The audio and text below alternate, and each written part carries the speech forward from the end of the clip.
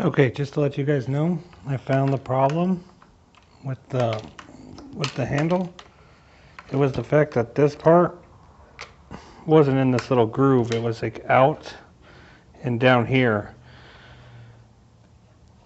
So once I put it back in, see how that's how it was before. So every time I'd pull the handle, it'd get locked in here, but it's supposed to be up and in this little groove.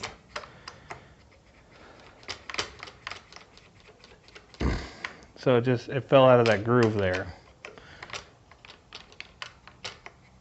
So I think that fixed the problem now, because now it goes back in.